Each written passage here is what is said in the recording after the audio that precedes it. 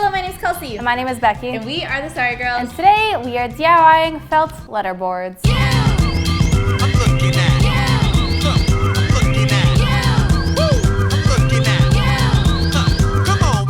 These letterboards have been blowing up over the last couple of months, and you best believe that we're going to show you how to DIY them in the cheapest and best way possible. Also, we're super close to 1 million. Obviously, we're not there yet, but we would love to get there and grow our family and share our DIYs with more people. So subscribe if you aren't already. And if you are, share, like our videos and all our fun content with your friends who might not be subscribed already. Thanks. Thank you. So we definitely know that this has been done already on the internet, and we definitely did try out some of those other ways to do it. But we tried the wooden dowel method, which sometimes is round dowels, sometimes is square dowels, and neither of those worked for us. I don't know if it was just us, but the roundness of the dowels and the spacing didn't work out, and the letters did not stick in for us.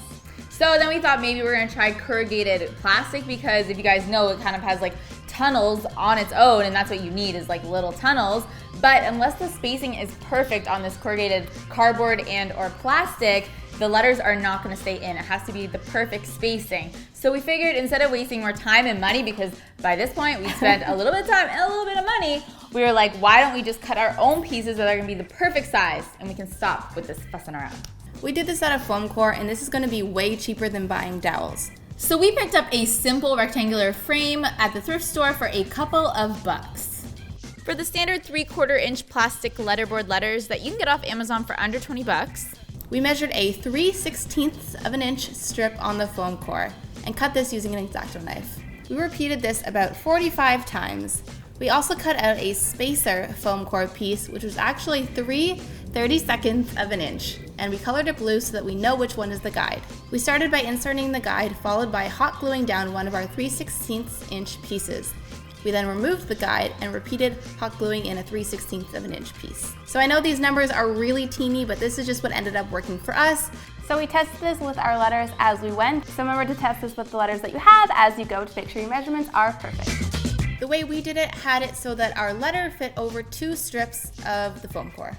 we continued this all the way down until we reached the bottom of the frame, and we're almost done this project. The last step is to take some black felt. We got this from the craft store, and we cut it to the width of our frame and then left the length of it, which just happened to be 3 feet, because we didn't know how much it would end up taking. So to do this next step, we used a plastic card to push in the felt into the crevices. The key to this is that when you're going onto the next line, you're going to need a card to hold in the previous line, otherwise you're just gonna pull it up as you start tucking in the next line. You're also going to want to start on opposite sides every time so that your felt doesn't start pulling one way or another. Try to make sure that the felt is pulled tight as you go and that each line is as smooth as possible without any bumps. These are just some pointers to keep your letterboard looking and working great. Repeat this until you reach the end of your letterboard, and then we just cut off the excess felt and then tucked in the remaining.